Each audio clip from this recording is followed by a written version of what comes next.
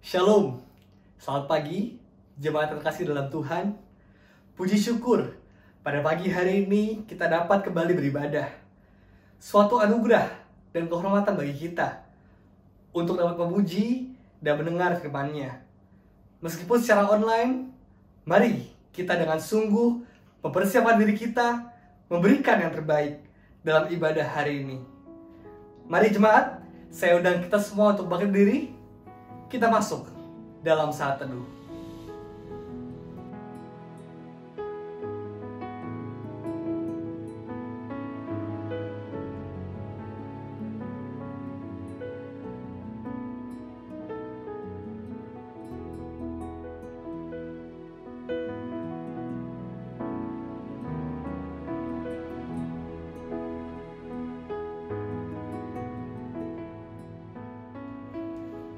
Haleluya, pujilah Tuhan di sorga, pujilah Dia di tempat tinggi.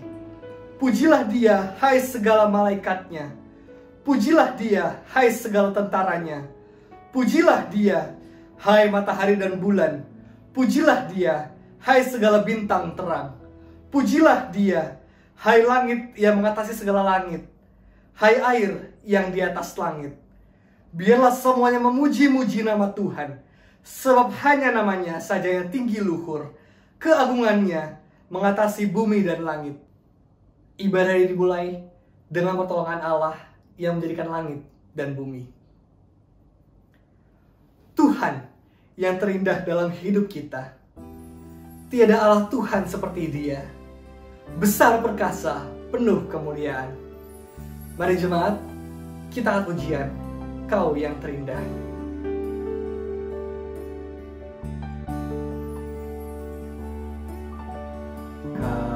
Yang terindah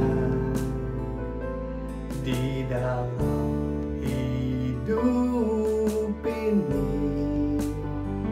tiada Allah Tuhan yang seperti Engkau, besar perkasa penuh kemuliaan. Katakan Kau yang termanis, Kau yang termanis di dalam hidup ini.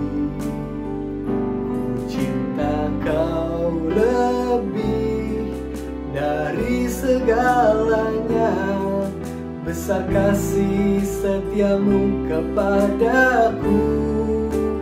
Ku sembah Kau, ya Allahku. Ku tinggikan namamu selalu. Tiada lutut tak bertelut menyembah Yesus Tuhan Rajaku. Ku sembah Kau, ya Allahku. Ku tinggikan namamu selalu. Semua lidah kan mengaku Engkaulah Yesus Tuhan Rajaku. Mari jemaat, kita katakan sekali lagi, Kau yang terindah di dalam hidup ini. Yang terindah di dalam hidup ini, tiada Allah Tuhan yang seperti Engkau, besar perkasa penuh kemuliaan. Kau yang termanis di dalam hidup ini. Ku cinta Kau lebih dari segalanya.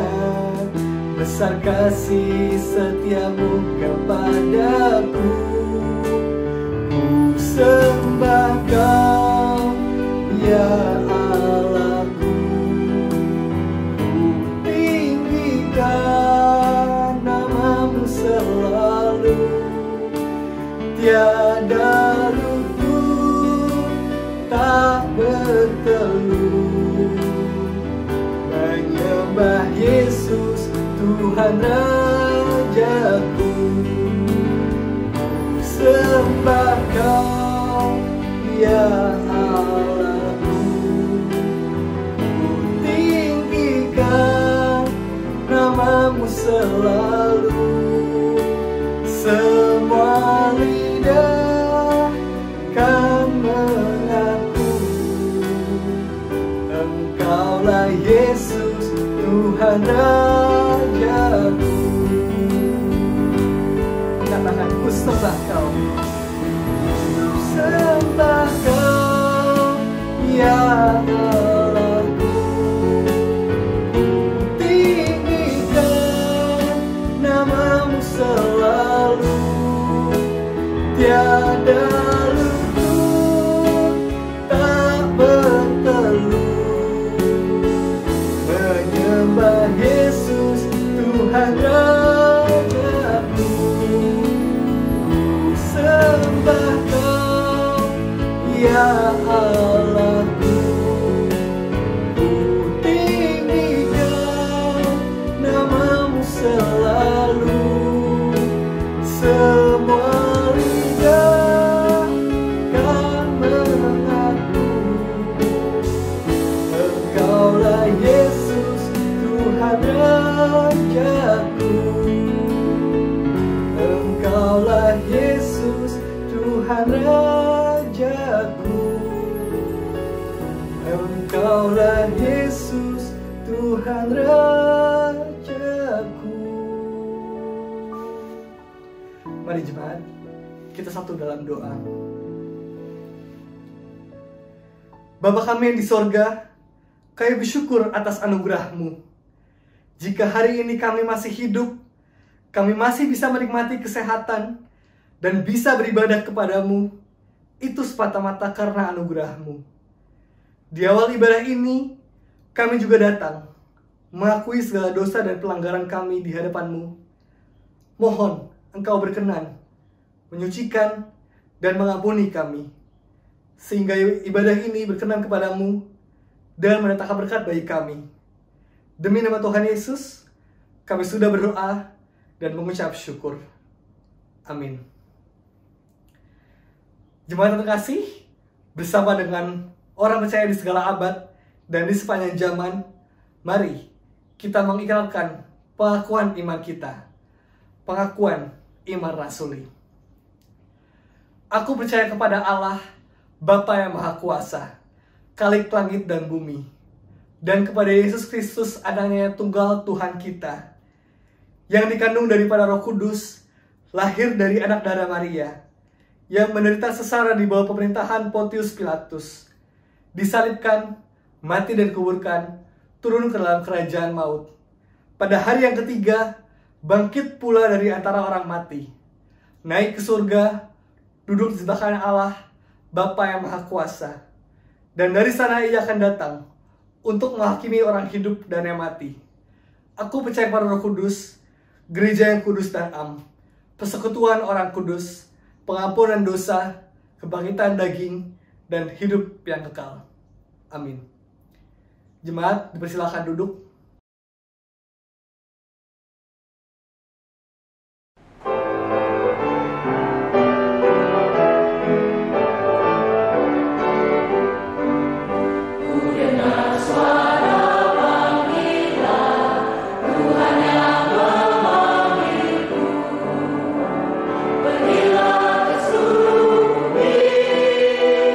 Berikanlah Injil-Mu,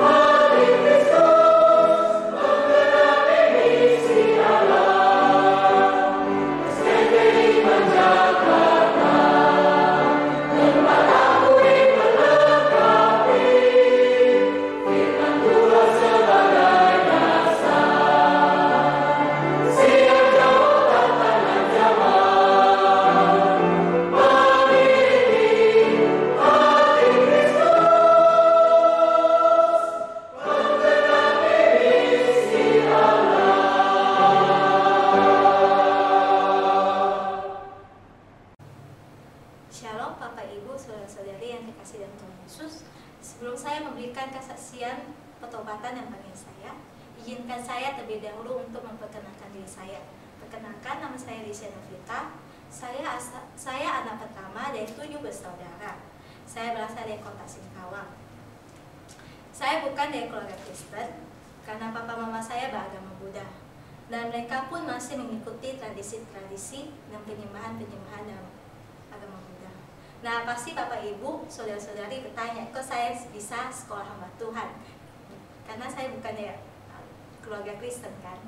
Nah, sebelum saya memberikan kesaksian tentang panggilan saya, izinkan saya terlebih dahulu untuk memberikan kesaksian tentang pertobatan saya. Saya bisa mengenal Tuhan semua karena berkat anugerah dan pimpinan dari Tuhan sendiri melalui sekolah, orang-orang sekitar, dan gereja. Itulah penyertaan Tuhan pada saya. Saya dari SD belum mengenal siapa Tuhan, lalu saya memilih untuk belajar agama Kristen di gereja, dan dengan berjalannya waktu, Tuhan membuka hati saya, pikiran saya. Saya terus mendalami Alkitab, dan saya juga ke gereja, juga banyak belajar mengikuti kegiatan-kegiatan di gereja. Awalnya orang tua saya menyuruh saya ke vihara. Akhirnya saya sama adik saya pergi ke vihara. Nah, paginya ke vihara, malamnya ke gereja. Dan saya juga udah dibaptis di vihara. Tetapi saat saya masuk SMP, saya bertobat. Saya percaya sama Tuhan bahwa Tuhan Yesus adalah satu-satunya juru selamat, satu-satunya jalan kebenaran. Nah, akhirnya pada tahun 2015 saya dibaptis di gereja. Dan puji Tuhan, orang tua saya melihat saya berbeda dari yang dulu. Hingga dia nggak pernah menyuruh saya ke vihara lagi. Nah, tapi dia justru sebaliknya, dia menyuruh saya ke gereja sama adik-adik saya. Nah, sebagian sudah dibaptis adik-adik saya, termasuk kemarin, puji Tuhan, ii saya di gereja Hong Kong, dia juga sudah dibaptis. Saya melihat cara Tuhan memanggil satu persatu keluarga saya untuk berbalik kepada jalannya Tuhan.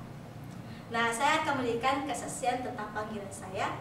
Sebelum saya lulus dari SMK, saya bergumul dengan panggilan saya. Saya terus mendoakan dan terus menyerahkan masa depan saya kepada Tuhan. Dan saya selalu mendengar suara Tuhan, berusaha mendengar kemanakah Tuhan memanggil saya. Dan ternyata Tuhan menjawab doa saya melalui orang-orang di sekitar saya juga, termasuk gereja. Dan saya tahu suara Tuhan memanggil saya kemana. Dan saya memutuskan untuk masuk ke sekolah teologi. Orang tua saya kasih saya kebebasan untuk memilih saya mau sekolah mana. Dan saya memutuskan untuk masuk sekolah teologi. Nah, tiba-tiba tanpa saya duga, keluarga besar saya pulang dari Jakarta, termasuk paman saya. Dia menawarkan saya sponsor untuk sekolah umum, kuliah umum. Tetapi saya tidak boleh sekolah teologi ya kalau saya udah ikut paman saya. Dan saya berpikir kalau saya jadi hamba, karena mereka masih berpikir kalau sekolah hamba Tuhan hidupnya akan susah, penuh dengan kekurangan, dan hidupnya hanya buat gereja aja. Akhirnya saya bergumul lagi dan lagi, tetapi penyertaan Tuhan memang luas. Seakan Tuhan membuka jalan saya gitu. Dan saya tiba-tiba ditelepon, saya bertemu dengan Simu di kantor gereja. Dan Simu berpesan, kamu ke gereja ada formulir buat sekolah hamba Tuhan. Lalu saya isi, dan besoknya saya kirim. Tetapi sayangnya karena saya telat kumpulin formulir, saya tidak dapat sponsor dari sekolah. Tetapi saya diterima masuk di SCT Iman. Dan dalam hati saya bilang, ya udahlah toh, saya sudah kirim formulirnya dan saya sudah diterima. Sisanya saya serahkan aja kepada Tuhan. Tetapi habis rapat gereja, saya juga nggak tahu ya kenapa saya masih di gereja. Nah, dan saya ketemu Simu pas itu. Dan Simu berkata, wah saya habis rapat nih, kebetulan kamu ada siap gitu ya. Saya mau bilang kalau kamu sudah mendapatkan sponsor dari gereja, semuanya akan dibiayai oleh gereja. Jadi kamu tenang aja. Seakan-akan Tuhan membuka semua jalan untuk panggilan saya untuk masuk hamba Tuhan. Nah, penyertaan Tuhan kepada saya dan jalan Tuhan memimpin saya sungguh luar biasa. Sampai hari ini saya bisa masuk SCT Iman, sampai saya udah masuk semester 4. Saya merasa bahwa saya nggak merasa kekurangan. Saya justru merasa berkecukupan di sini. Di sini saya bisa dibentuk dalam 3K, yaitu karakter, komitmen, dan kompetensi. Disinilah Tuhan mau memanggil dan membentuk saya untuk menjadi saksinya dan untuk memberitakan Injil. Seperti misi kita, yaitu pergilah ke seluruh dunia, beritakanlah Injil Tuhan. Tuhan, jadikanlah aku pembawa damai. Bila terjadi kebencian, jadikanlah aku pembawa cinta kasih. Bila terjadi penghinaan, jadikanlah aku pembawa pengampunan. Bila terjadi perselisihan, jadikanlah aku pembawa kerukunan. Bila terjadi keraguan, jadikanlah aku pembawa kebenaran.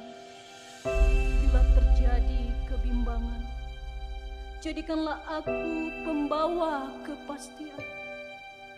Bila terjadi keputusasaan, jadikanlah aku pembawa harapan. Bila terjadi kegelapan, jadikanlah aku pembawa terang. Bila terjadi kesedihan, jadikanlah aku pembawa sukacita. Ya Tuhan Allah, ajarlah aku untuk lebih suka menghibur daripada dihibur, mengerti daripada dimengerti, mengasihi daripada dikasihi. Sebab dengan memberi aku menerima, dengan mengampuni aku diampuni, dan dengan mati suci aku dilahirkan ke dalam hidup yang kekal. Amin.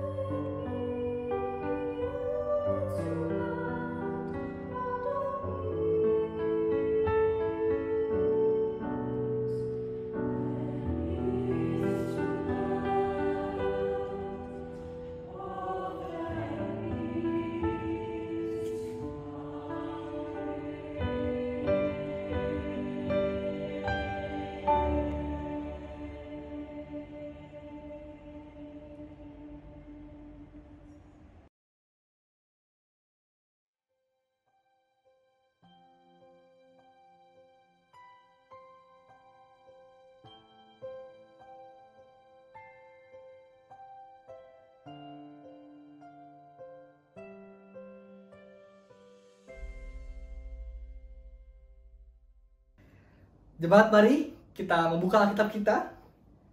Kita akan membaca secara bertanggapan Amsal 19 ayat 1 sampai 17. Amsal 19 ayat yang pertama sampai 17. Kita akan membacanya dengan bersamaan.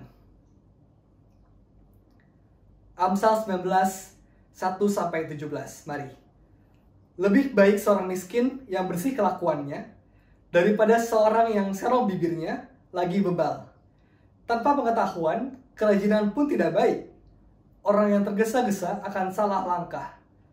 Kebodohan menyesatkan jalan orang, lalu gusarlah hatinya terhadap Tuhan. Kekayaan menambah banyak sahabat, tetapi orang miskin ditinggalkan sahabatnya. Saksi dusta tidak akan luput dari hukuman. Orang yang menyembur-nyemburkan kebohongan tidak akan terhindar. Banyak orang yang mengambil hati orang dermawan. Setiap orang bersahabat dengan si pemberi. Orang miskin dibenci oleh semua saudaranya, apalagi sahabat-sahabatnya. Mereka menjauhi dia. Ia mengejar mereka, memanggil mereka, tetapi mereka tidak ada lagi. Siapa memperoleh akal budi, mengasihi dirinya. Siapa berpegang pada pengertian, mendapat kebahagiaan. Saksi dusta tidak akan luput dari hukuman. Orang yang menyembur-nyemburkan kebohongan akan binasa. Kemewahan tidak layak bagi orang bebal, apalagi bagi seorang budak memerintah pembesar. Akal budi membuat seseorang panjang sabar, dan orang itu dipuji karena memaafkan pelanggaran. Kemarahan raja adalah seperti raung singa muda, tetapi kebaikannya seperti embun yang turun ke atas rumput. Anak bebal adalah bencana bagi ayahnya, dan pertengkaran seorang istri adalah seperti tiris yang tidak henti-hentinya menitik. Rumah dan harta adalah warisan nenek moyang, tetapi istri yang berakal budi adalah karunia Tuhan. Kemalasan mendatangkan tidur nyenyak, dan orang yang lamban akan menderita lapar. Siapa berpegang pada perintah, memelihara nyawanya, tetapi siapa menghina firman akan mati. Siapa menaruh belas kasihan kepada orang yang lemah, memiutangi Tuhan yang akan membalas perbuatannya itu. Demikianlah jauh pembacaan Alkitab kita. Jemaat sekalian, tema pada pagi hari ini adalah ke seluruh bumi, beritakan Injil. Kalau kita bisa ibadah secara ragawi, mungkin kita bisa langsung lihat ke atas. Misi gereja kita, misi GSRI, yaitu ke seluruh bumi, beritakan Injil. Namun di tengah situasi seperti ini, mungkin muncul di pikiran kita, apakah saya masih bisa memberitakan Injil? Bahkan ke seluruh bumi, memberitakan Injil.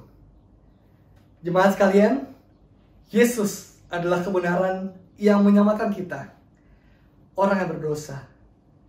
Dia memberikan kita hidup dan pengharapan. Sudah sepatutnya kita hidup bagi dia. Mari jemaat, kita siapkan hati kita untuk menerima Tuhan. Kita akan pujian, ku hidup bagimu. Yesus, kau kebenaran yang menyelamatkanku. Kau memberikanku hidup dan pengharapan.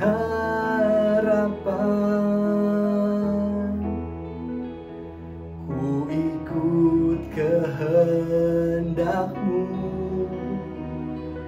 ku perlu anugerah-Mu. Ku nyatakan janji-Mu kepadamu.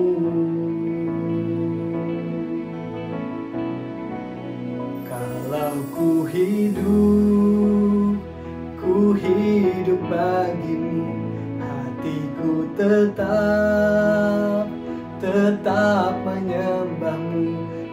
Dunia tak bisa menjauhkanku dari kasih-Mu. Selama ku hidup bagimu, mataku tetap memandang. Dunia tak bisa menjauhkanku dari kasih-Mu.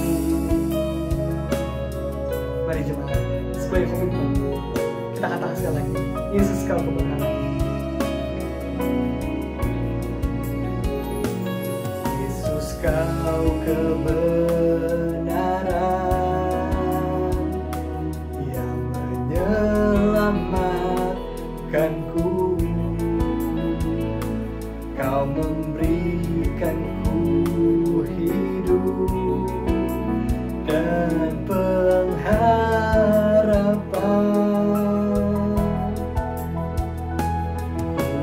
Ku ikut kehendak-Mu, ku perlu anugerah-Mu. Ku nyatakan janjiku kepadamu. Katakan kalau ku hidup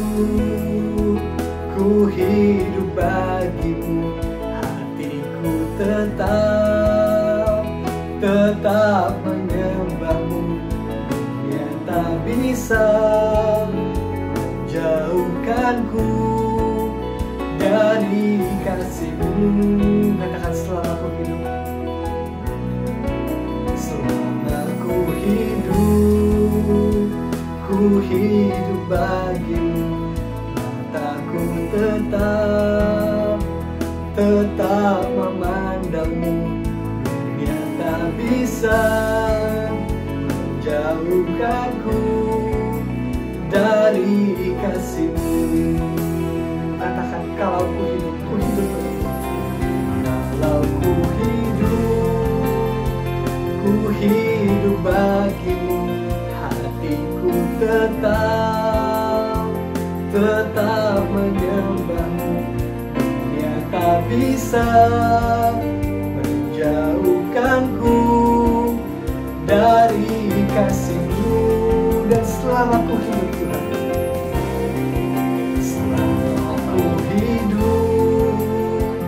ku hidup bagimu, mataku tetap memandang-Mu. Dunia tak bisa menjauhkanku dari kasih-Mu. Dunia tak bisa menjauhkanku dari kasih-Mu.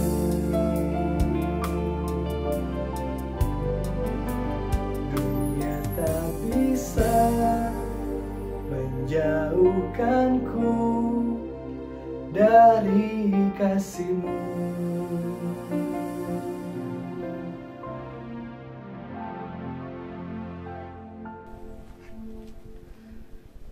Saya mengucapkan terima kasih kepada seluruh hamba Tuhan dan majelis GSRI Kartini yang sudah memberikan kepercayaan kepada saya untuk menyampaikan firman Tuhan hari ini. Marilah kita berdoa mohon berkat Tuhan untuk penyampaian firman Tuhan hari ini. Ya Tuhan, kami bersyukur kepada Tuhan, Engkau memberi kesempatan kepada kami untuk mendengarkan firman Tuhan. Berkatilah penyampaian firman Tuhan hari ini, supaya nama Tuhan dipermuliakan. Dalam nama Tuhan Yesus Kristus, kami sudah berdoa. Amin. Pada hari ini, firman Tuhan diambil dari kitab Markus pasal 16, ayat 9 sampai dengan ayat 20. Kitab Injil Markus pasal 16 ayat 9 sampai dengan ayat 20. Firman Tuhan berbunyi demikian, Markus 16 mulai ayat 9. Setelah Yesus bangkit pagi-pagi pada hari pertama minggu itu, ia mula-mula menampakkan dirinya kepada Maria Magdalena, Daripadanya Yesus pernah mengusir 7 setan. Lalu perempuan itu pergi memberitahukannya kepada mereka yang selalu mengiringi Yesus dan yang pada waktu itu sedang berkabung dan menangis. Tetapi ketika mereka mendengar bahwa Yesus hidup dan telah dilihat olehnya, mereka tidak percaya. Sesudah itu, ia menampakkan diri dalam rupa yang lain kepada kedua orang dari mereka ketika keduanya dalam perjalanan keluar kota. Lalu kembalilah mereka dan memberitahukannya kepada teman-teman yang lain. Tetapi kepada mereka pun teman-teman itu tidak percaya. Akhirnya ia menampakkan diri kepada ke-11 orang itu ketika mereka sedang makan, dan ia mencela ketidakpercayaan dan kedegilan hati mereka. Oleh karena mereka tidak percaya kepada orang-orang yang telah melihat dia sesudah kebangkitannya. Lalu ia berkata kepada mereka, "Pergilah ke seluruh dunia, beritakanlah Injil kepada segala makhluk. Siapa yang percaya dan dibaptis akan diselamatkan, tetapi siapa yang tidak percaya akan dihukum. Tanda-tanda ini akan menyertai orang-orang yang percaya. Mereka akan mengusir setan-setan demi namaku. Mereka akan berbicara dalam bahasa-bahasa yang baru bagi mereka. Mereka akan memegang ular, dan sekalipun mereka minum racun maut, mereka tidak akan mendapat celaka. Mereka akan meletakkan tangannya atas orang sakit, dan orang itu akan sembuh." Sesudah Tuhan Yesus berbicara demikian kepada mereka, terangkatlah ia ke surga, lalu duduk di sebelah kanan Allah. Mereka pun pergilah memberitakan Injil ke segala penjuru, dan Tuhan turut bekerja dan meneguhkan firman itu dengan tanda-tanda yang menyertainya. Yang berbahagia ialah mereka yang mendengarkan firman Tuhan, menyimpan baik dalam hatinya, dan mempraktekannya. Hari ini, firman Tuhan diberi tema ke seluruh bumi, beritakan Injil. Ke seluruh bumi, beritakan Injil. Berita-berita yang kita dengar akhir-akhir ini umumnya berita-berita yang kurang menyenangkan, berita-berita yang buruk, berita-berita yang kadang-kadang membuat kita menjadi kecil hati. Misalnya berita tentang bencana alam, banjir, kebakaran, ada berita tentang kecelakaan, berita tentang kejahatan, bahkan sampai dengan sakit dan kematian karena pandemi yang berkepanjangan, yang menjadi berita hangat yang terus-menerus kita dengar akhir-akhir ini. Ini merupakan berita yang memilukan hati. Saudara-saudara yang dikasihi oleh Tuhan, apabila berita-berita buruk kita biarkan mendominasi hidup kita, kita akan berada dalam suasana takut dan duka yang mendalam. Ya, memang seluruh dunia sedang prihatin, menghadapi keprihatinan yang sangat serius. Tetapi sebagai orang yang percaya kepada Tuhan, kita tidak boleh berdiam diri saja. Apalagi kita hanyut dalam suasana yang menakutkan itu. Kita perlu berbuat sesuatu. Firman Tuhan yang sudah kita baca tadi memberikan kepada kita sudut pandang yang lain, yang memberikan kepercayaan kepada orang-orang percaya untuk memberitakan Injil, memberitakan kabar baik tentang karya keselamatan Allah melalui Yesus Kristus kepada semua orang yang saat ini sedang membutuhkannya. Ada beberapa hal yang penting yang disampaikan di dalam firman Tuhan yang kita baca tadi. Yang pertama, itu mengenai tugas untuk orang percaya. Sekali lagi, tugas untuk orang percaya. Tugas untuk memberitakan Injil ini adalah tugas khusus, tugas yang istimewa yang tidak diberikan kepada sembarang orang. Ya, tugas memberitakan Injil ini adalah tugas yang khusus, yaitu diberikan kepada orang yang sudah percaya kepada Tuhan Yesus Kristus. Orang-orang yang sudah bersedia menerima Yesus Kristus sebagai Tuhan dan Juru Selamat pribadinya. Yang tidak percaya dicela oleh Tuhan Yesus. Jadi, apabila seseorang ingin terlibat di dalam pemberitaan Injil Tuhan, mereka haruslah orang-orang yang sudah percaya.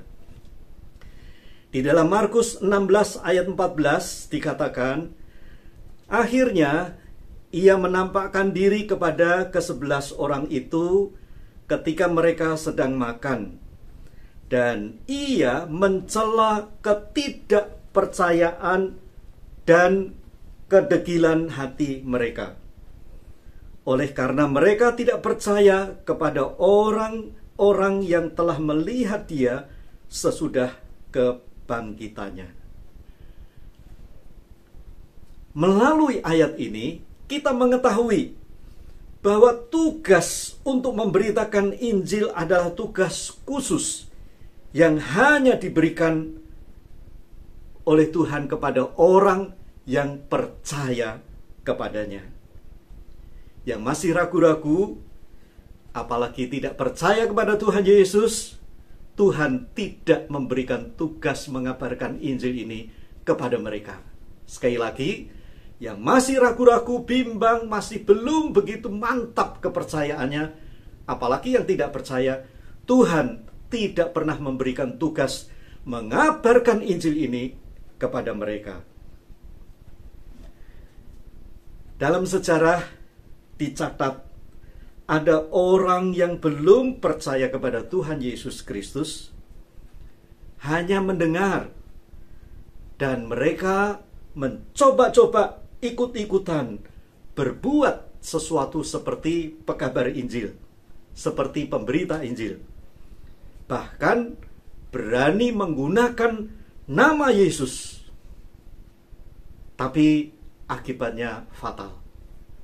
Mari kita coba melihat di dalam Kisah Para Rasul pasal 19 ayat 13 sampai 16. Kisah Para Rasul pasal 19 ayat 13 sampai 16 yang berbunyi demikian. Juga beberapa tukang jampi Yahudi yang berjalan keliling di negeri itu mencoba menyebut nama Tuhan Yesus atas mereka yang kerasukan roh jahat dengan berseru katanya, "Aku menyumpahi kamu demi nama Yesus yang diberitakan oleh Paulus." Mereka yang melakukan hal itu ialah 7 orang anak dari seorang imam kepala Yahudi yang bernama Skewa. Tetapi roh jahat itu menjawab, "Yesus aku kenal, dan Paulus aku ketahui. Tetapi kamu, siapakah kamu?" Dan orang yang dirasuk roh jahat itu menerpa mereka dan menggagahi mereka semua dan mengalahkannya, sehingga mereka lari dari rumah orang itu dengan telanjang dan luka-luka. Perhatikanlah anak-anak Skewa ini. Anak-anak Skewa ini tidak mengenal Yesus secara pribadi, apalagi percaya. Dia baru mendengar, tapi mereka berani ikut-ikutan menggunakan nama Yesus itu. Akibatnya mereka bukan hanya gagal, mereka juga mengalami kerugian yang serius. Saudara-saudara yang dikasihi oleh Tuhan, itulah sebabnya Tuhan Yesus begitu mencela ketidakpercayaan murid-murid pada waktu itu. Bagi kita semua, apabila percaya kepada Tuhan Yesus, ini merupakan sesuatu hal yang sangat penting. Dan apabila kita menganggap mengabarkan Injil itu baik, dan kita semua ingin ikut berpartisipasi, ikut ambil bagian, terimalah lebih dahulu Tuhan Yesus Kristus itu sebagai Tuhan dan Juru Selamat pribadi. Hiduplah dalam kepercayaan itu, hiduplah dalam iman kepada Tuhan Yesus itu dengan sungguh-sungguh. Kita akan bisa ikut ambil bagian dalam pelayanan pemberitaan Injil. Jadi, pemberitaan Injil ini adalah tugas yang khusus yang diberikan untuk orang-orang percaya. Hal yang kedua yang kita lihat di dalam ayat yang ke-15, ada tugas untuk memberitakan Injil ke seluruh dunia. Memberitakan Injil ke seluruh dunia. Banyak orang Kristen yang secepatnya bisa bertemu dengan Tuhan, yang berharap agar bertemu Tuhan itu bisa segera bertemu Tuhan di surga. Ya, mungkin bisa saja karena banyak masalah di dunia ini, banyak persoalan, banyak penyakit, banyak hal-hal yang menakutkan, dan banyak orang yang ingin bertemu cepat-cepat bertemu Tuhan di surga. Bisa saja karena kasihnya kepada Tuhan itu begitu besar, karena merasa Tuhan sudah begitu mengasihinya, dia mengasihi Tuhan begitu besar sampai dia atau mereka ingin cepat-cepat bertemu dengan Tuhan. Namun perintah untuk melaksanakan, mengabarkan Injil kepada orang-orang itu seringkali diabaikan. Ingin bertemu cepat-cepat, bertemu dengan Tuhan, tetapi perintah mengabarkan Injil itu cukup abai, ya, acuh tak acuh, tidak dianggap sebagai sesuatu yang serius. Bahkan ada orang-orang yang walaupun sudah percaya, tidak mau peduli dengan memberitakan Injil itu. Saudara-saudara, ini adalah sesuatu yang memprihatinkan. Coba perhatikan di dalam kitab Injil Matius 24 ayat 14. Matius 24 ayat 14. Dan Injil kerajaan ini akan diberitakan di seluruh dunia menjadi kesaksian bagi semua bangsa. Sesudah itu barulah tiba kesudahannya. Mengapa berita Injil itu harus disampaikan ke seluruh dunia, kepada semua bangsa, semua orang? Karena pada waktu Tuhan memberikan pengadilannya nanti, menentukan siapa yang akan ke surga, siapa yang tidak bisa masuk ke surga dan bahkan berada dalam neraka. Karena mereka semuanya sudah pernah mendengarkan berita Injil ini. Jadi pengadilan Tuhan itu pengadilan yang fair, yang transparan, yang terbuka, sehingga tidak ada orang yang protes pada waktu Tuhan menentukan surga atau neraka. Perintah untuk mengabarkan Injil itu begitu serius. Ingat, serius dan tidak bisa digantikan dengan kegiatan yang lain. Karena ini perintah dari Tuhan sendiri. Kalau kita menginginkan dan mengharapkan hari Tuhan itu segera tiba, pada waktu kita bisa bertemu dengan Tuhan itu, hari itu segera tiba, beritakanlah Injil ke seluruh bumi dengan segera. Jangan tunda-tunda, jangan banyak alasan, tetapi laksanakan. Ya, harus laksanakan perintah Tuhan ini. Perintah Tuhan untuk mengabarkan Injil itu sudah diberikan lebih dari 2000 tahun yang lalu. Sekali lagi, perintah ini bukan perintah yang baru, tapi sudah diberikan oleh Tuhan sudah sekian lama. Jumlah penduduk atau populasi manusia pada waktu itu jauh lebih sedikit daripada sekarang ini. Tapi kenyataannya orang-orang Kristen yang sudah mendengarkan perintah ini, orang-orang yang percaya, tidak tanggap dan tidak melaksanakan dengan segera. Kalau kita mau melaksanakan segera, berita Injil itu akan sampai ke seluruh bangsa dengan segera pula. Saya ingin memberikan satu simulasi ya sebagai contoh supaya kita terdorong untuk mau mengabarkan Injil. Jumlah penduduk dunia pada tahun 2021 diperkirakan sejumlah 7 miliar 874 juta 966 ribu orang. Lebih dari 7,8 miliar. Begitu banyak orang di dunia ini saat ini. Bagaimana ini? Apakah kita bisa memenuhi target untuk mengabarkan Injil ke seluruh dunia, ke seluruh bumi? Bisa atau tidak?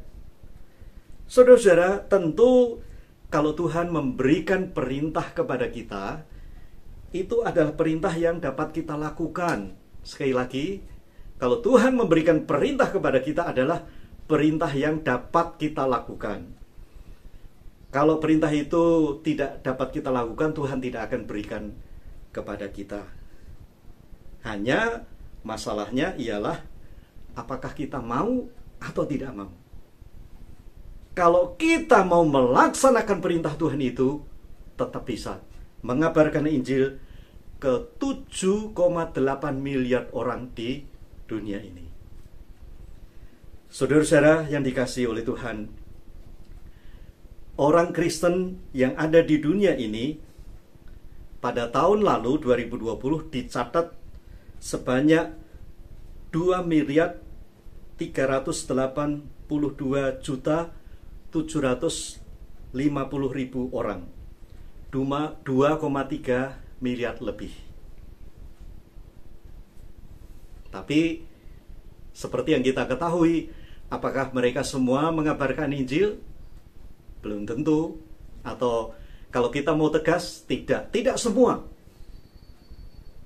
Apakah mereka mendengarkan perintah Tuhan untuk mengabarkan Injil, memberitakan Injil? Ya. Apakah mereka mau melakukan? Belum tentu. Kalau mau, dunia cepat menjadi percaya. Paling tidak sudah mendengarkan berita Injil itu. Saudara-saudara, kalau semua orang Kristen di dunia sampai saat ini tidak bisa diharapkan, mari kita coba anggap saja yang baik, yang mengasihi Tuhan dengan sungguh-sungguh, yang militan, yang mau memberitakan Injil, tidak usah semua, 1/mil saja, 0,1%. Dari 2 miliar sekian, kalau 1/milnya, 1/1000-nya itu jumlahnya adalah 2 juta orang. Ini sebenarnya terlalu sedikit orang yang suka mengabarkan Injil di dunia ini. Tapi anggaplah 2 juta orang. Pada tahun pertama, kalau orang itu, 2 juta orang itu mengabarkan Injil, dan berhasil karena Tuhan menyertai, itu jumlahnya menjadi 4 juta orang.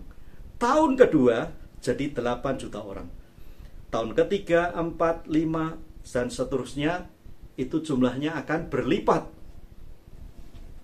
Sampai tahun ke-11, jumlah orang yang percaya itu bisa mencapai 4 miliar lebih.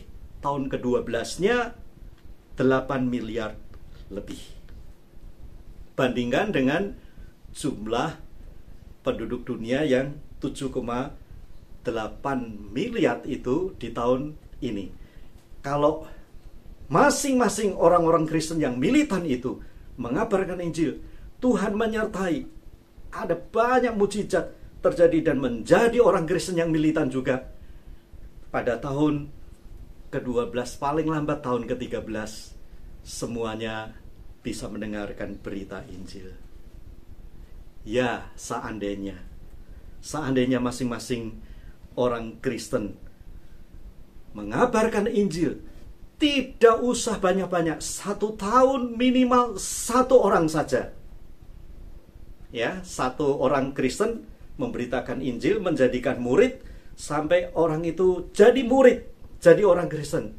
1 tahun 1 saja.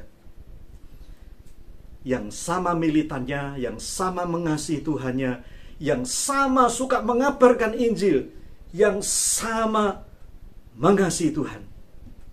Tahun ke-12 atau ke-13, sejak sekarang ini, seluruh dunia bisa menjadi orang percaya. Kesudahannya akan segera tiba. Kita akan bertemu dengan Tuhan, pengharapan kita semua. Tapi saudara-saudara yang dikasihi oleh Tuhan, kenyataannya sudah lebih dari 2000 tahun perintah ini sudah dikumandangkan. Kadang-kadang dipaksakan, ayo berangkat menginjil, ayo didorong-dorong. Sudahkah kita semua memberitakan Injil? Sudah berapa orang yang kita bawa kepada Tuhan, menjadi murid Tuhan sama seperti kita? Saudara-saudara, marilah kita renungkan ini baik-baik. Seumur hidup kita sampai sekarang ini, sudah berapa orang yang kita bawa kepada Tuhan? Apakah kita mau bawa dengan tangan kosong pada waktu kita menghadap pada Tuhan? Atau kita sudah mulai menghitung, iya, memang ada orang-orang tertentu yang berhasil saya bawa, yang tadinya belum percaya pada Tuhan, sekarang sudah percaya, sekarang sudah melayani, sekarang sudah menjadi hamba Tuhan. Baik, tapi berapa orang seumur hidup kita? Perhatikan baik-baik. Begitu banyak orang yang tidak menyadari jalan mereka yang salah. Mereka lebih suka hura-hura memilih jalan yang salah. Untuk jalan yang benar, hanya sedikit orang, bahkan begitu sepi. Jalan yang salah banyak dilewati. Inilah kesempatan bagi kita untuk mengarahkan ke jalan yang benar itu. Jangan sampai kita sendiri yang berada di jalan yang benar itu, tetapi tidak mempedulikan orang lain. Beritakanlah kepada orang lain jalan yang benar itu, supaya mereka mendengarkan berita Injil dari Tuhan itu. Saudara-saudara yang dikasihi oleh Tuhan, kesempatan sudah Tuhan sediakan. Fasilitas Tuhan sediakan juga, sarana prasarana semuanya disediakan oleh Tuhan. Mau menunggu apa lagi? Perintah sudah diberikan, tinggal jalan. Tetapi banyak orang yang masih tenang-tenang saja. Saya pernah membayangkan di surga nanti ada berapa orang yang menjabat tangan kita dan berterima kasih. Untung engkau menceritakan tentang Tuhan Yesus sebagai Tuhan dan Juru Selamat itu kepadaku. Kalau tidak, mungkin aku bisa di neraka. Tapi bersyukur, gara-gara kamu, sekarang aku percaya pada Tuhan Yesus. Mereka akan senang dan menjabat tangan kita. Tapi ingat baik-baik, bisa saja nanti di neraka, begitu banyak orang menuding kepada kita. Mungkin kita di surga, mereka di neraka. Mereka adalah orang-orang yang kita kenal, kita mengenal, tapi menuding kepada kita. Mengapa engkau tidak memberitakan Injil, memberitakan tentang Tuhan Yesus sebagai Tuhan dan Juru Selamat itu kepadaku? Padahal kita sahabat, padahal kita tetangga, padahal kita teman sekantor, padahal kita keluarga atau sahabat baik, atau orang yang begitu dekat, mempunyai hobi bersama-sama. Saudara-saudara, ini akan sangat memilukan. Mereka tidak kita beritakan Injil, dan mereka berada di tempat yang kekal menderita selama-lamanya. Marilah kita menanggapi perintah Tuhan ini dengan serius. Jadikan semua bangsa itu murid Tuhan. Jadikan semua bangsa murid Tuhan. Minimal kita memberitakan Injil. Usahakanlah mulai hari ini, usahakanlah dalam waktu 1 tahun, minimal 1 orang kita beritakan Injil. Berharap orang itu jadi orang Kristen juga yang sama militannya dengan kita, bisa melipat gandakan jumlah orang-orang yang percaya. Tuhan akan segera datang. Hal yang ketiga yang tidak kalah pentingnya ialah Tuhan memberikan tanda bagi orang percaya. Ya, ada tanda yang menyertai orang percaya. Ayat 17 dan 18. Tuhan dengan jelas sudah memerintahkan untuk memberitakan Injil ke seluruh bumi. Tapi Tuhan tidak hanya asal perintah, tetapi Tuhan sudah menyediakan perlengkapan istimewa yang menyertai mereka semua yang melaksanakan perintah itu. Ya, Tuhan sudah menyediakan perlengkapan. Perlengkapannya tidak main-main, tetapi perlengkapan yang juga istimewa. Ini tugas yang istimewa, perlengkapannya juga istimewa. Perhatikan baik-baik kedua ayat itu. Ada tanda-tanda yang dicatat agar setiap orang percaya menyadari hal itu. Mereka akan mengusir setan-setan demi namaku. Mereka akan berbicara dalam bahasa-bahasa yang baru bagi mereka. Mereka akan memegang ular, dan sekalipun mereka minum racun maut, mereka tidak akan mendapat celaka. Mereka akan meletakkan tangannya atas orang sakit, dan orang itu akan sembuh. Apakah saudara pernah membaca ayat ini? Apakah saudara pernah menghayati ayat-ayat ini? Apakah saudara merasa bahwa ayat-ayat itu untuk saudara, atau kita menganggap ini untuk orang lain? Saudara-saudara yang dikasihi oleh Tuhan Yesus, ayat-ayat ini ditujukan untuk saudara dan saya, kita semua. Tuhan menyediakan tanda-tanda itu. Tanda-tanda tersebut adalah tanda yang cukup untuk memberitakan Injil. Karya keselamatan Allah melalui Tuhan Yesus Kristus.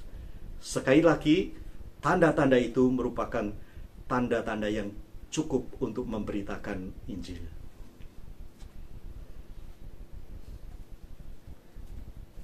Apa reaksi kita pada waktu kita mendengarkan ada tanda-tanda yang Tuhan berikan? Bukankah orang-orang yang ada di sekitar kita ada yang perlu dibebaskan dari cengkeraman setan atau cengkeraman ikatan-ikatan yang lainnya?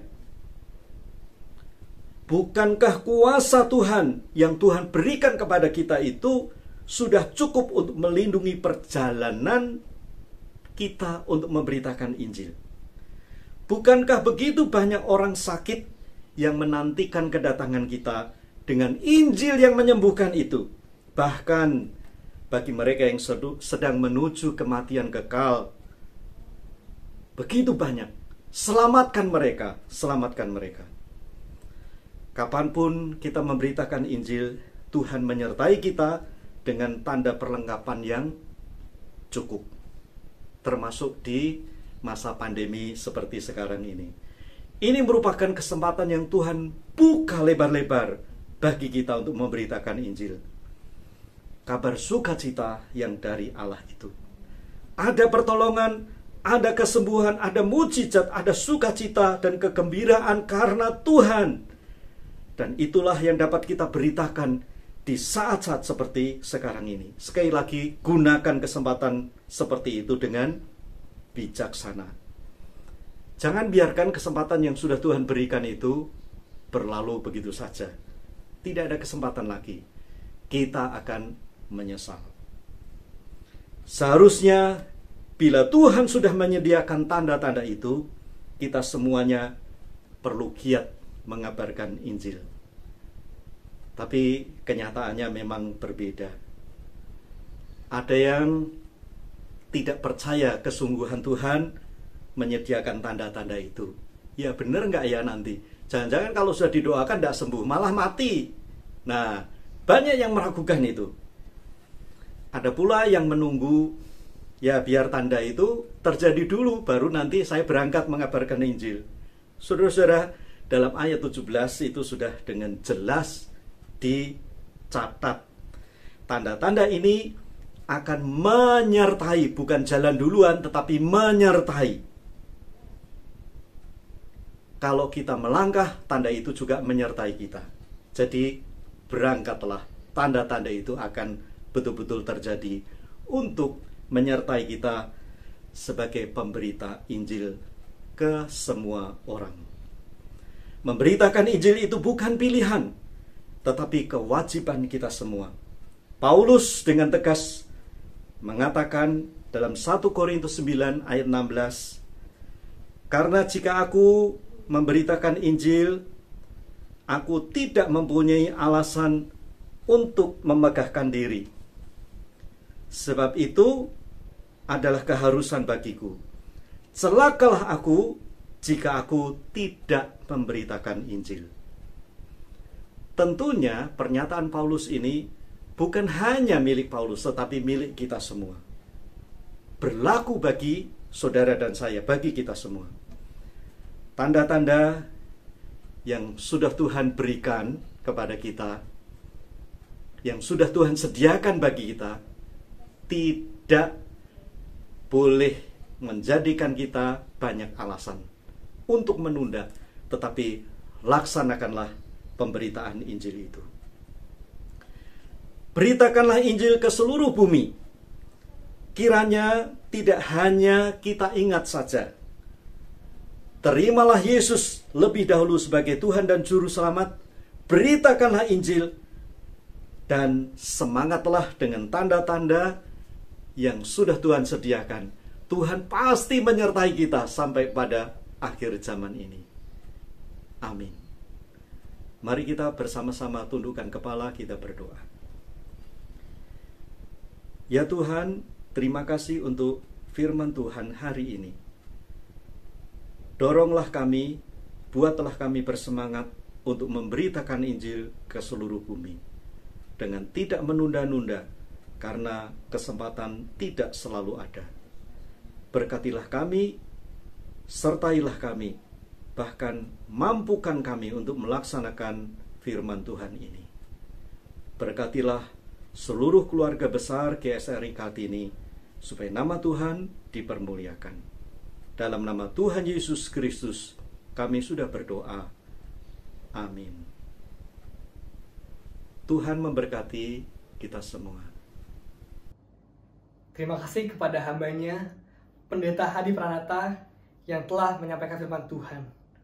Kiranya kita siap untuk memberitakan Injil ke seluruh bumi. Jemaat, pada pagi hari ini kita mau mengucapkan syukur kita kepada Tuhan melalui persembahan yang dapat diberikan melalui transfer ke rekening gereja atau lewat QR yang ada di layar jemaat sekalian. Mari jemaat, kita bangkit berdiri, kita angkat pujian, bersyukurlah. Dengan penuh sukacita, boleh sambil tepuk tangan juga, boleh sambil gerak kiri kanan juga. Mari jemaat, bersyukurlah.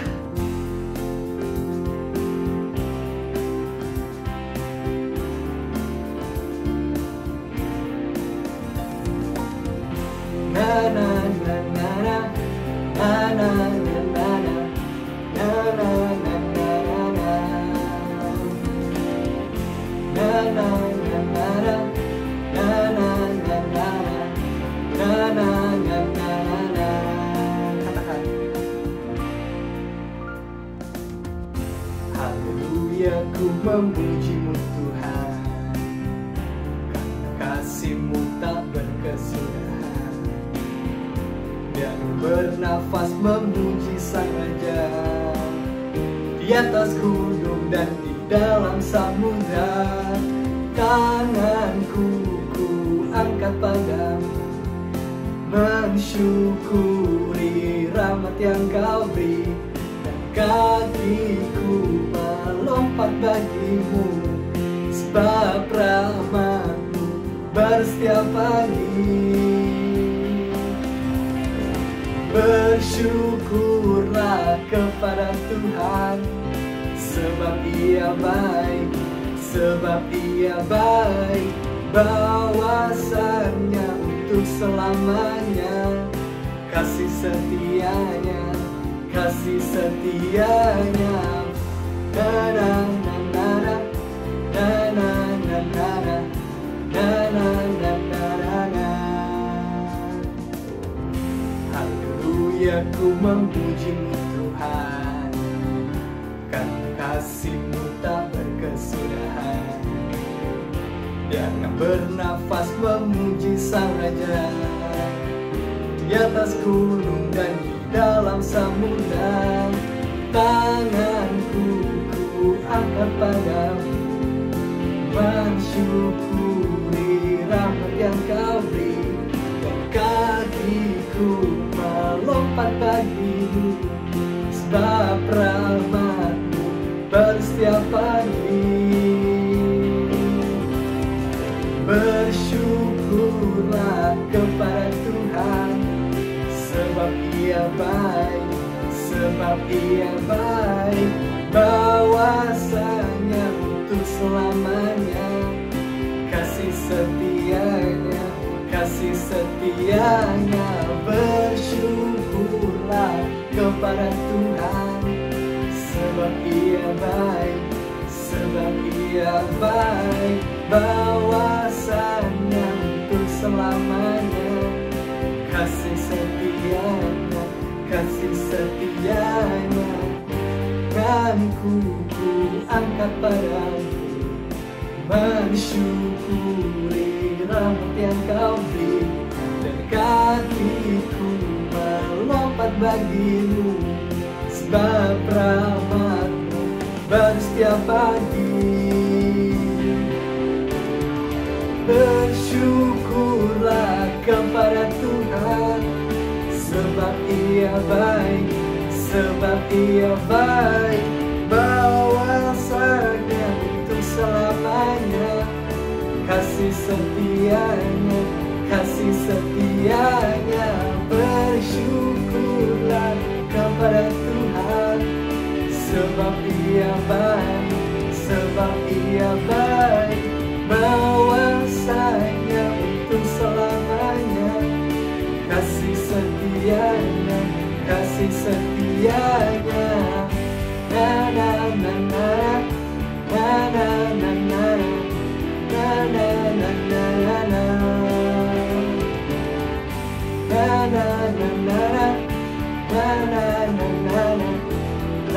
na na na.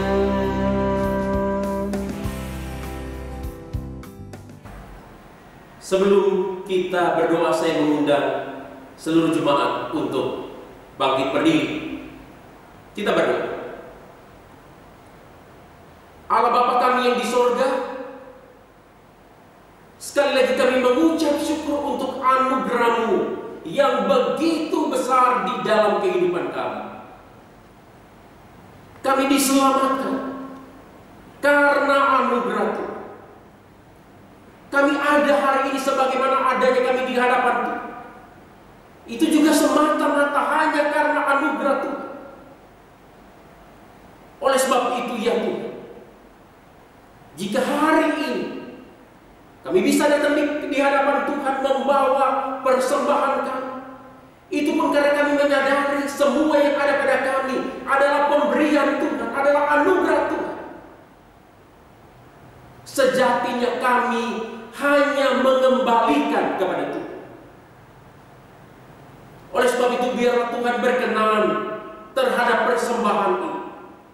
Biarlah Tuhan memberkatinya sehingga persembahan ini bisa dipakai untuk membangun pekerjaan pelayanan Tuhan di gereja Tuhan di tempat ini.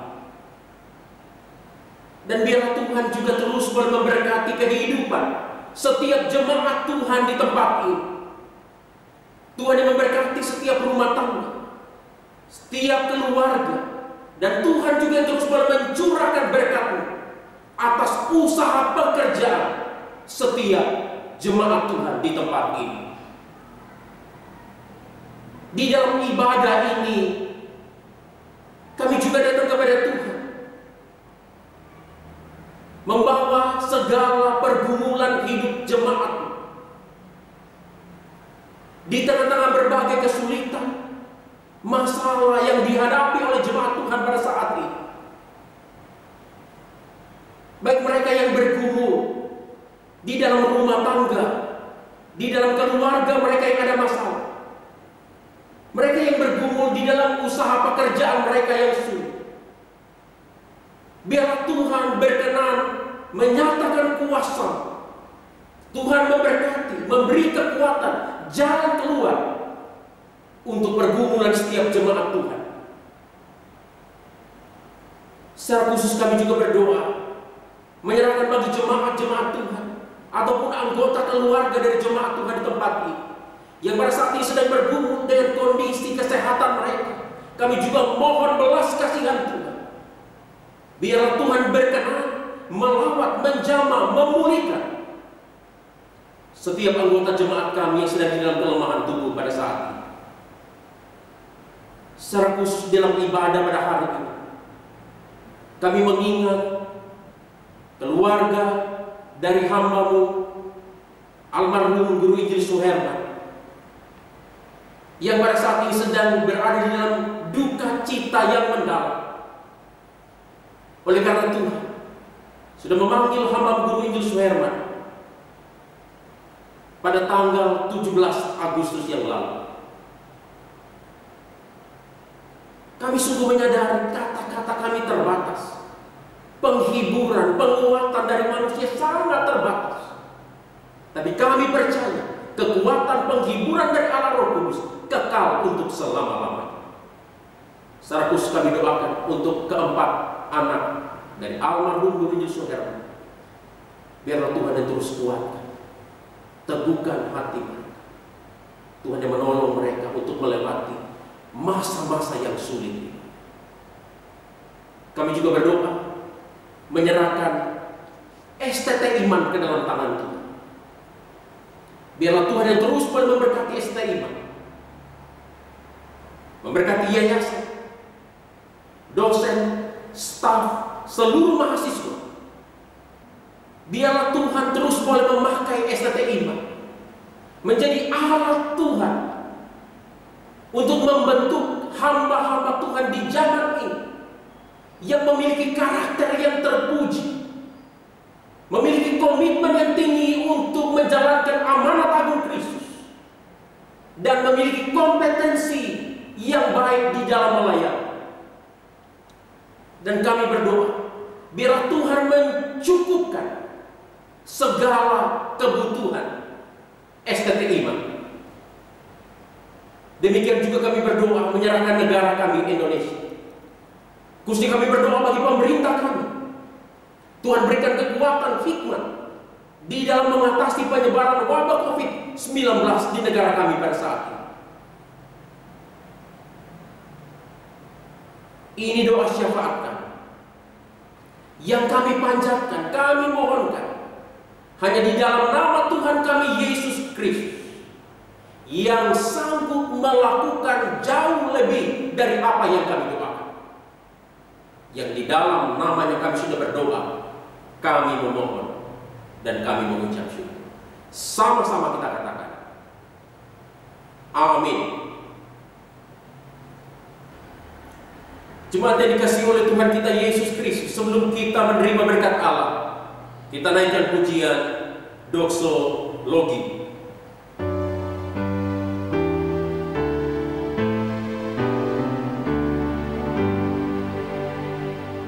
Puji Allah Bapa Putra, puji Allah Roh Kudus, ketiganya yang esa. Oh selamat sumber berkat. Amin.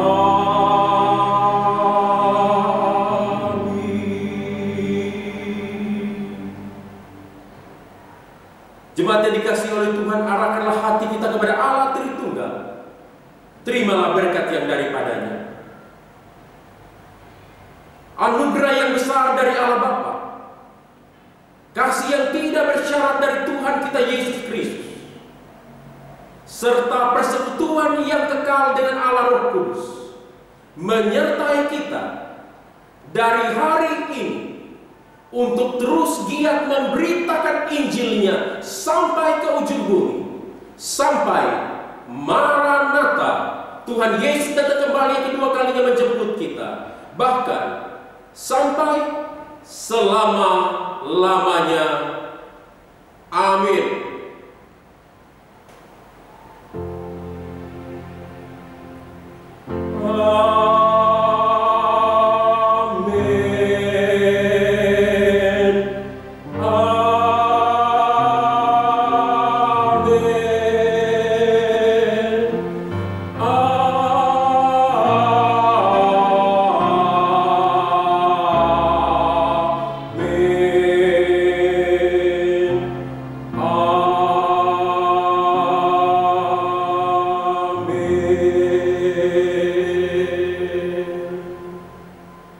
Jemaat, dipersilakan duduk kembali. Shalom, salam sejahtera kepada seluruh jemaat yang mengikuti ibadah secara online hari ini dari rumah kita masing-masing. Saya menyapa kita semua di minggu keempat, minggu tanggal 22 Agustus 2021 hari ini. Kiranya damai sejahtera Allah yang melampaui segala akal itu memenuhi hati dan pikiran kita di dalam Kristus Yesus Tuhan kita. Ada beberapa warta jemaat, warta keluarga yang akan kita perhatikan bersama-sama pada hari ini minggu tanggal 22 Agustus 2021. Warta yang pertama, kita bersyukur kepada Tuhan hari ini kita bisa mengadakan ibadah secara online dengan baik.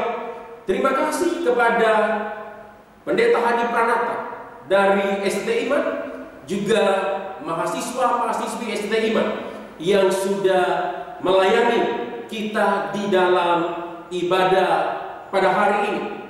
Demikian juga terima kasih kepada Guru Injil Mas Chandra yang melayani dalam pemberitaan firman Tuhan dalam ibadah bahasa Mandarin, serta seluruh pelayan Tuhan yang sudah berbagian di dalam ibadah pada hari ini. Tuhan memberkati kita sekalian. Warta yang kedua, berita duka cita. Telah berpulang hamba Tuhan yang terkasih, Guru Injil Suherman, ke rumah Bapa di sorga pada hari Selasa, tanggal 17 Agustus 2021, dan telah dimakamkan pada hari Rabu, tanggal 18 Agustus 2021 di TPU Joglo. Kiranya kekuatan dan penghiburan dari Allah Roh Kudus menguatkan dan menghiburkan seluruh keluarga yang berduka cita, secara khusus bagi keempat anak dari almarhum Guru Injil Suherman. Warta yang ketiga, puji Tuhan, kelompok kecil di gereja kita sudah berjalan 2 kali pertemuan. Jika masih ada jemaat yang masih belum masuk atau namanya belum terdaftar di dalam salah satu kelompok kecil ini, silakan menghubungi tata usaha gereja Bapak Joni Tionanda untuk dapat diatur dan dimasukkan ke dalam salah satu kelompok kecil kita. Warta yang keempat,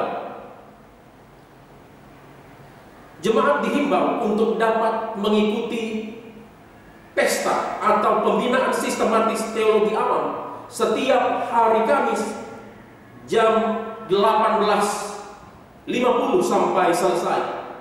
Dalam rangka bulan misi GSRI Kartini di bulan Agustus ini, pada hari Kamis tanggal 26 Agustus 2021 akan ada kesaksian dari anak-anak youth kita mengenai II4G. Mari sama-sama kita hadir di dalam pesta kita setiap hari Kamis. Kita bertumbuh bersama-sama melalui kebenaran firman Tuhan. Warta yang kelima, gereja bekerja sama dengan dokter rekanan GSRI Kartini untuk memberikan layanan konsultasi gratis secara online mengenai penyakit dalam. Layanan konsultasi ini terbuka untuk jemaat GSRI Kartini beserta keluarganya. Jadwal konsultasi adalah setiap Selasa dan Kamis pukul 17.00 sampai pukul 18. Waktu konsultasi adalah 15 menit untuk setiap orang. Bagi jemaat yang membutuhkan konsultasi bisa menghubungi Bapak Joni Tionanda melalui nomor handphone yang tertera di layar kita pada saat ini untuk diatur jadwal konsultasi dengan dokter rekanan GSRI Kartini. Warta yang keenam, mengingat masih cukup tingginya penyebaran wabah COVID-19 di negara kita pada saat ini, mari kita terus menjaga protokol kesehatan dengan disiplin yang tinggi, dengan baik, dengan memperhatikan 6M, memakai masker, mencuci tangan, menjaga jarak, menjauhi kerumunan, mengurangi mobilitas, dan menghindari makan bersama. Mari sama-sama, selain kita saling mendoakan, kita juga tetap memperhatikan protokol kesehatan dengan baik untuk kebaikan kita bersama. Warta yang ketujuh, yang terakhir, kita bersyukur kepada Tuhan untuk pemeliharaan Tuhan bagi gerejanya, secara khusus melalui persembahan dari seluruh jemaat yang boleh dipersembahkan kepada Tuhan untuk mendukung pekerjaan pelayanan Tuhan di gereja ini. Jika Tuhan terus menggerakkan hati kita untuk berbagian di dalam mendukung pekerjaan pelayanan Tuhan di gereja kita maupun di STT Iman, di layar kita pada saat ini ada nomor rekening gereja. Bapak Ibu bisa mengirimkan persembahan di nomor rekening yang ada di layar kita pada saat ini. Tentunya sekali lagi jangan lupa mencantumkan nama yang jelas, jenis persembahan untuk mempermudah bendahara di dalam melaporkan persembahan dari Bapak Ibu Saudara sekalian. Sekali lagi terima kasih untuk partisipasi seluruh jemaat di dalam ibadah online pada hari ini.